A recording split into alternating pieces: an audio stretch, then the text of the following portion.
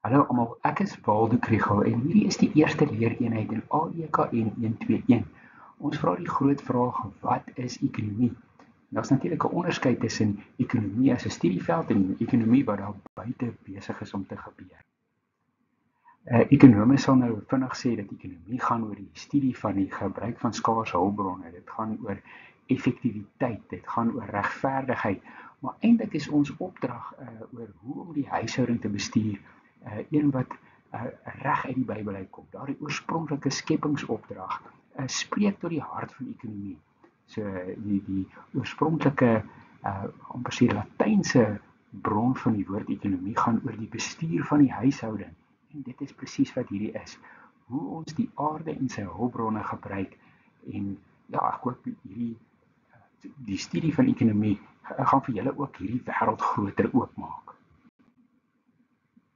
So die omskrywing wat ons gebruik is om te sê dit is 'n sosiale wetenskap wat gaan oor menslike keuses en die bestuur van skaars hulpbronne om behoeftes te bevredig. So sosiale wetenskap sit ons dan in die wêreld van ook sosiologie of antropologie. Ons ekonomie het wette, maar dit is nie soos fisika se wette nie. Dit is ons maak maar gereeld die aanname dat alles anders bly onveranderd, wat dit natuurlik nie doen nie.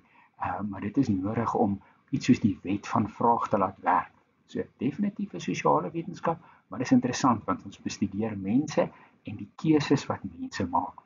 Baie keer sal sê gewone mense sê ekonomie, maar jy's 'n ekonomiedosent, dit gaan seker alles oor geld. Maar geld is net 'n klein komponent daarvan. Daardie idee van hoe ons as 'n gemeenskap en dan ek en jy as individue keuses maak om ons behoeftes te bevredig. Dit lê aan die hart van waaroor ekonomie eintlik gaan. Die verskil tussen ekonomie en besigheidstudies is werklik een van fokus. Ekonomie, sou mens kon sê, is die moederwetenskap. Die fondasie waarop besigheidstudies, rekeningkunde ensovoorts gebou is.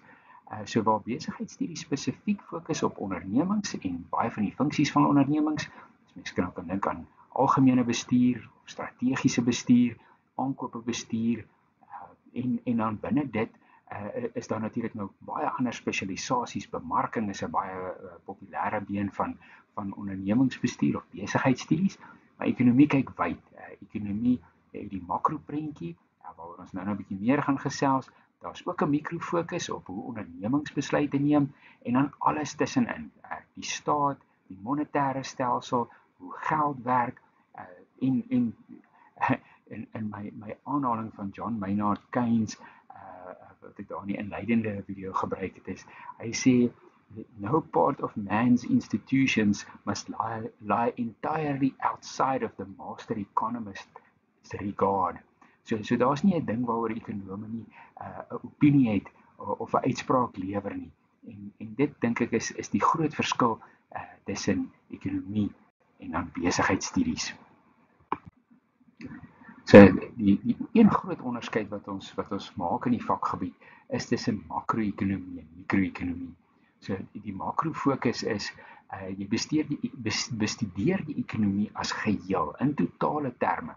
So die groei van die Suid-Afrikaanse ekonomie, die totale vraag na goedere en dienste soos wat dit kom van huishoudings, investering deur ondernemings, die owerheid se besteding en die netto vraag na ons uitvoere. Dit is die skaal waarop makro werk. Aan die aanbodkant mens dan sê die totale produksie van alle finale goedere en dienste binne die grense van die land. Dit is die vlak van makro-ekonomie. Makro is natuurlik amper sê die meer populêre een wat algemeen in die nuus is. As mense in die oggende vroeg op RSG na Dawie Rood luister, hy praat baie keer oor makro temas en in die media, soos as jy nou die sake deel van die koerant lees of die business day lees, sien mens meerendeels die makro-aanslag en die groot vraagstukke van ekonomiese groei, indiensname, prysstabiliteit, betalingsbalans, ewewig ensovoorts. Aan die mikrokant gaan dit oor individue, soos letterlik individue of huishoudings, of dan individue in die vorm van ondernemings, firmas wat besluite neem in die ekonomie.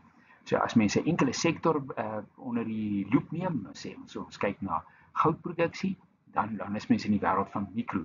Of dan nou soos die skyfie hier sê, die vraag na biltong of die aanbod van motorbande.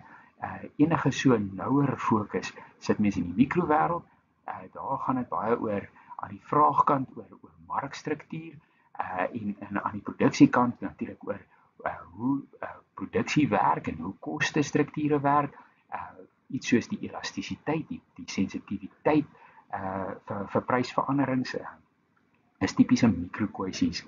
Die interessante ding is eintlik hoewel die makro-ekonome meestal in die nuus is die ekonomiese modelle wat die werking van die makro-ekonomie beskryf, is maar, ek wil amper sê, iets wat gereeld betwis word. Presies hoe modelleer mens die totale vraag en versamel al die data daarvoor, gooi dit alles in 'n model en maak 'n voorspelling vir die makro-ekonomie. Dit is baie keer 'n saak wat oop is vir debat. Aan die mikrokant dink ek is daar baie meer van 'n verstaan van hoe individue en ondernemings besluite neem. Die modelle het maar hulle skoot van aannames, mens moet nie 'n fout maak nie. Verbruikers is nie altyd rasioneel nie. Ondernemings is nie altyd besig om wins te maksimeer nie. Maar ek dink die modelle gee baie meer akkurate beskrywings van die gedrag wat eintlik daar buite gebeur. Maar dan op 'n manier is die mikro-ekonome kry so 'n bietjie minder van die nuus en minder van die blootstelling in hierdie storie. Ekonomiese toerusting is iets van alles. Woorde is maar die prominente ene, maar ons staan nie terug vir 'n tabel, 'n wiskundige vergelyking, wat byvoorbeeld die vraagfunksie of die aanbodfunksie beskryf en 'n berekening doen oor waar is die ewewigsprys en hoeveelheid. Dis alles goed waarby ons nog gaan uitkom en ons hou baie van 'n grafiek. 'n Ekonoom kan eintlik nie 'n mooi aanbieding doen sonder 'n grafiek nie, of dit nou is om 'n meer abstrakte konsep so visueel voor te stel, of om 'n tydreeks oor tyd te wys en te sê, maar kyk na die neiging in pryse of in groei of in wat mense ook al wil. In die einste Keynes aanhaling sê hy dan nogals dat die 'n ekonoom moet simbole verstaan, maar in woorde praat. En ek dink dit is ook 'n belangrike vaardigheid. Die groot vraagstukke wat ons ekonomies in die gesig staar in Suid-Afrika is goed wat ook uitgeredeneer moet word en stories van vertel moet word. So ek dink daar's 'n groot klem op die wiskundige kant van die ekonomie, soos mense nou verder en verder daarin studeer, of dan ook in die statistiese beraming van ekonomiese goed. Maar mens moet die storie kan vertel. Die woorde is nie onbelangrik nie. So meeste van hierdie inleidende ekonomie handboeke maak so onderskeid tussen sogenaamde positiewe en normatiewe stellings. En dis 'n belangrike een om van kennis te neem. 'n Positiewe stelling stel 'n feit. Dis iets wat objektief is, dis iets wat gemeet kan word en ons kan sê die inflasiekoers verlede maand in Augustus was 3,3%. Natuurlik daar kan nou foute insluit by daai beraming en mense kan vra wie se inflasiekoers is hierdie en so voort. Maar dit is wat die VPI beraam het vir die gemiddelde inflasiekoers. Normatiewe stellings gaan oor wat moet wees. Dit gee 'n opinie, daar's 'n waardeoordeel daarin om te sê inflasie is besig om te vinnig toe te neem. Wat is te vinnig en met hoeveel het dit toegeneem?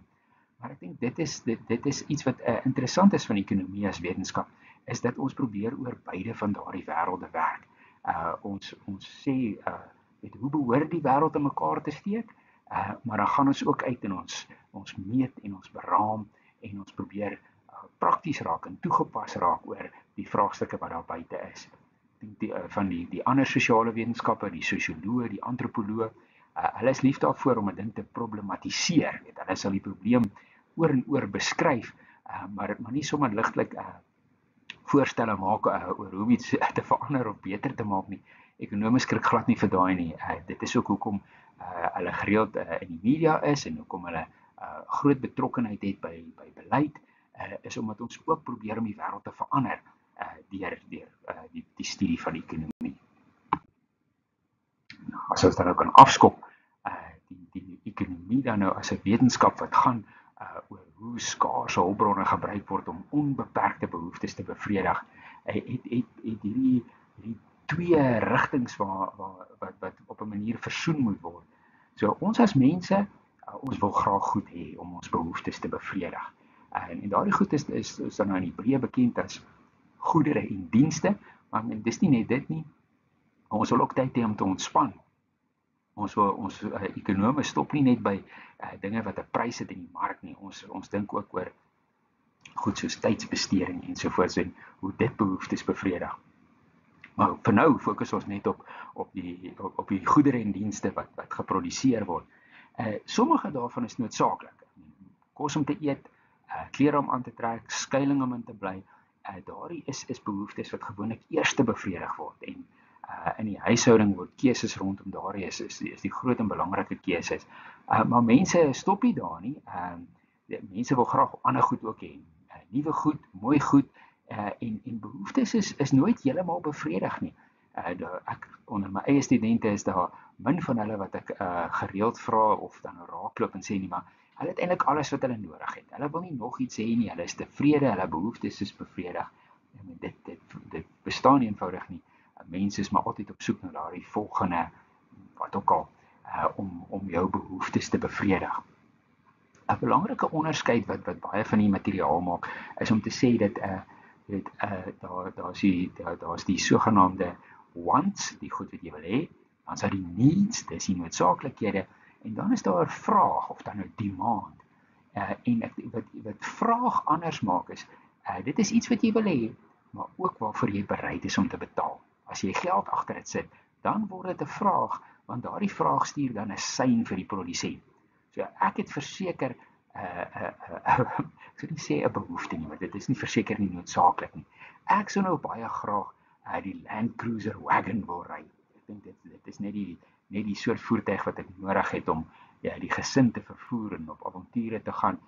Maar ek het eenvoudig nie die geld om die Land Cruiser Wagon te bekostig nie. So ek het nie 'n effektiewe vraag na die Land Cruiser Wagon nie. En Toyota produsente is nie besig om reg te staan om vir my een aan mekaar te slaan nie, want ek kan nie daardie behoefte rigsteen met geld nie. So die oomblik as daar geld agter 'n behoefte kom en mense sê maar ek sal iets op die tafel sit vir hierdie, dan skop die produksiekant van die ekonomie in.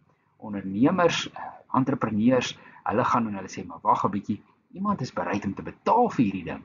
En hulle vat natuurlike hulpbronne, arbeid en kapitaal, hulle kombineer dit in die produksieproses en hulle lewer dit op 'n manier wat die entrepreneur dan 'n wins kan maak. Wat jy dan kan sê, nou maar goed, ons gaan 'n plan maak om hierdie behoefte te bevredig, want mense wil dit hê en hulle is bereid om daarvoor te betaal. So om dit net te wil hê of net te sê maar hierdie is 'n behoefte, dit is noodsaaklik, mense het dit nodig, beteken nie dat die mark daarop reageer nie. Daardie skaars produksiefaktore word eers gekombineer as jy bereid is om daarvoor te betaal. Daar's 'n klomp interessante voorbeelde van obskure, vreemde, luukse goed wat mense nie kan dink dat dit bestaan nie. Maar dis wel daar, want daar is mense wat daarvoor sal betaal. Een van die voorbeelde wat ek gereeld by my eerstejaars gebruik is ysblokkies wat van gletserys gemaak is. So dit is gletserys wat gemyn word en dan vervoer word na baie eksklusiewe drinkplekke in Dubai, waar jy dan besondere ou whisky kan kombineer met 'n gletserys vir 'n heeltemal ander ervaring as wat ons gewoonlik op die braai het. Daar is 'n mark daarvoor, die prys is natuurlik baie hoog, maar dis omdat daar mense is wat daardie tipe geld het wat sal betaal vir daardie ervaring. En die ondernemings reageer, hulle kombineer die natuurlike hulpbronne, kapitaal en arbeid om daardie vir 'n wins te kan aanbied vir iemand. Die gedagte van skaarsheid en keuse beteken dat daar is geleentheidskoste. Ons kan nie alles hê nie. Dit is onmoontlik vir enige individu, vir enige gemeenskap om letterlik al jou behoeftes te bevredig. Keuse moet gemaak word, sê die een of die ander. So die relatiewe skaarsheid van hulpbronne, voel mens in jou sak, jy kry net soveel salaris, maar daar is ook die uitputbaarheid van natuurlike hulpbronne. Daar is net 'n sekere hoeveelheid kapitaal beskikbaar vir produksie en 'n sekere hoeveelheid en kwaliteit van arbeid wat beskikbaar is. Dit alles beteken dat goedere en dienste skaarser is as wat ons almal se behoeftes is. En die oomblik as mens dan moet kies, dan is daar 'n geleentheidskoste ter sprake. So in hierdie voorbeeld gaan dit gaan oor Abigail, wat as 'n student ook 'n deeltydse werkie het om in 'n koffiewinkel as 'n kelnerin te werk. Sy kry R40 'n uur, maar op 'n Saterdag besluit sy nee, sy wil eerder 'n mark gaan bywoon saam met vriende en dan nie werk nie.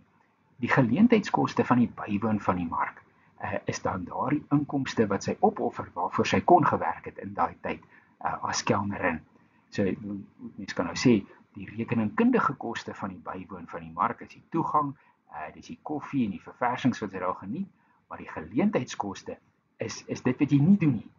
Dit is dan in hierdie geval is dit dan 'n spesifiek inkomste wat verbeur word, maar die idee van geleentheidskoste is baie groter as net inkomste verbeur. Almal en alles word daardeur geraak. So dit is nou my storie. Almal moet kies. My studente moet besluit of hulle laat lê of klas bywoon. Vanaand is daar 'n keuse tussen hamburgers en pizza.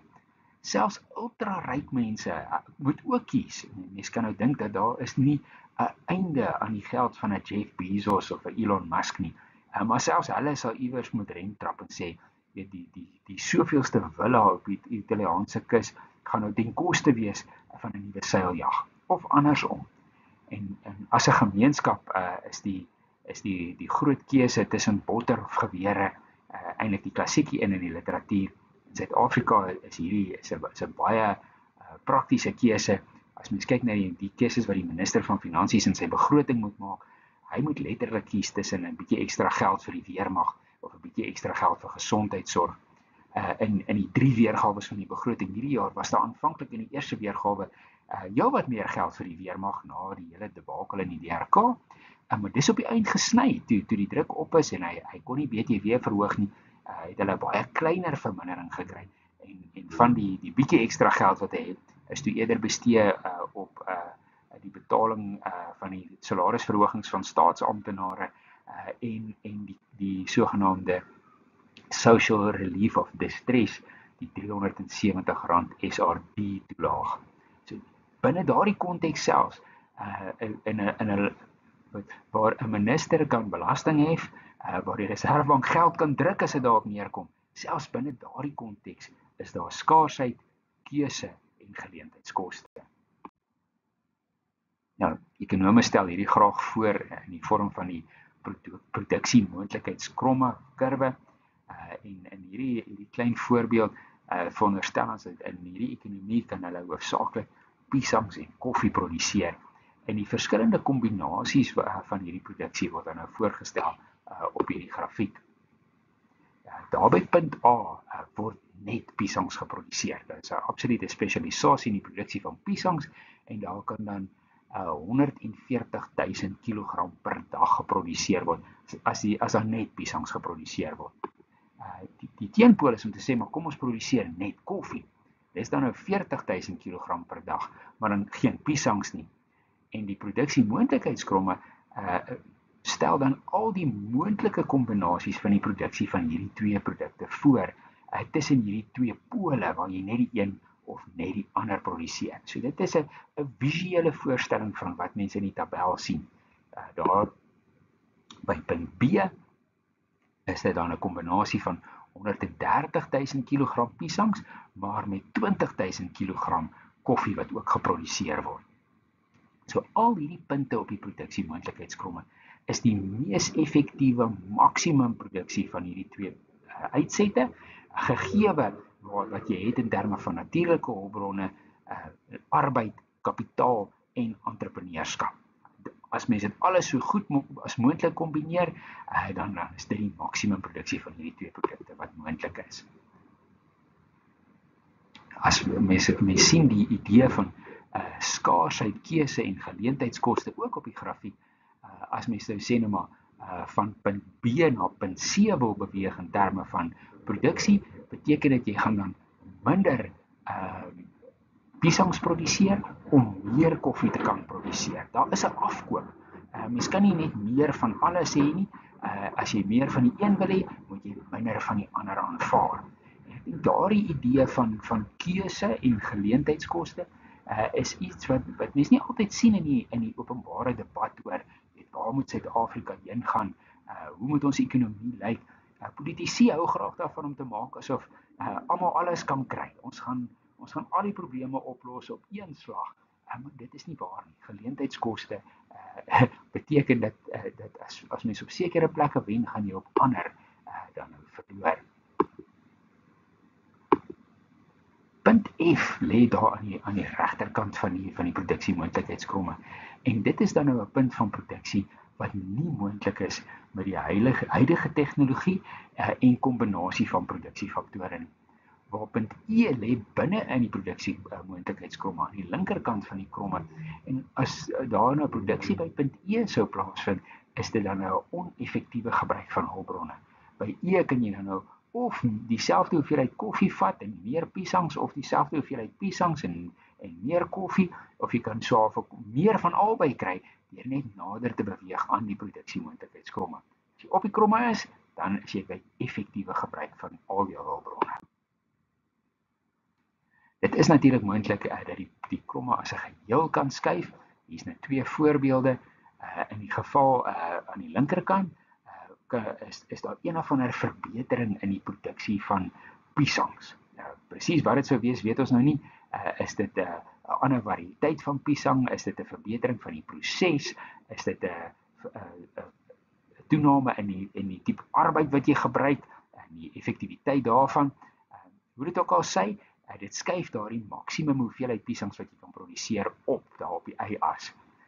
Dieselfde kan natuurlik in koffie ook gebeur, waar jy dan nou sê, maar ons produseer koffie nou meer effektief, ons sit 'n bietjie kapitaal by die produksieproses en dit verhoog die effektiwiteit van ons koffieproduksie so dat die produksiemoontlikheidskromme na regs skuif. So enige skuif na regs van die kromme beteken dat daar nou meer van albei geproduseer word, maar in hierdie gevalle is dit dan nou of die piesangs of die koffie waarin die innovasie plaasvind wat daar die maksimum hoeveelheid produksie uitskuif. As die kromme vir albei produkte na regs skuif, dan weet ons nou hier het ons te doen met 'n totale verbetering van die produksieproses. In die konteks van piesangs en koffie is dit nou moeilik om te dink presies wat sou dit wees. Dit is maar so 'n soort van 'n speelvoorbeeld vir die handboek se doeleindes. Maar dit is wat ons sien in tegnologiese vooruitgang en 'n toename in sogenaamde totale faktor produktiwiteit. Al die faktore van produksie is meer effektief en daar kan meer geproduseer word met dieselfde insette van albei die produkte. In die ekonomie literatuur is daar altyd heelwat kontroversie oor waar meet mens dan nou die impak van die internet. En natuurlik in die vandag se tyd gaan die debat oor waar sien ons al die impak van kunsmatige intelligensie, dat die produksiemoontlikheidskromme sommer ver na regs skuif, dat ons baie meer kan produseer met ons beskikbare hulpbronne. Om daardie te meet en te identifiseer in die data is nie so maklik nie, maar dit is presies wat gebeur. Histories sou ons sê stoomkrag en later dan nou elektriese krag is van daardie innovasies wat werklik nou die produksiemoontlikheidskromme ver na regs geskuif het in die nywerheidsontwikkelingsproses. Die gedagte van skaarsheid, keuse en geleentheidskoste is eintlik maar die hart van wat ons wil probeer voorstel met 'n produksiemoontlikheidskromme. Dat die kromme wys daar die maksimum moontlikhede van produksie van die twee produkte, maar om op die kromme te beweeg, om langsom te beweeg van een punt na 'n ander, impliseer keuse. En die oomblik as jy kies, is daar geleentheidskoste. Iets word opgeoffer. Jy aanvaar dan nou meer koffie, maar die prys daarvan is minder piesangs wat beskikbaar is. So, dames en here, dit is die storie vir die eerste les in hierdie leereenheid 1. Ek hoop julle vind dit interessant. Gaan mooi deur alles en bring julle vrae na ons kontaksessie toe. Ek sien uit om met julle te gesels.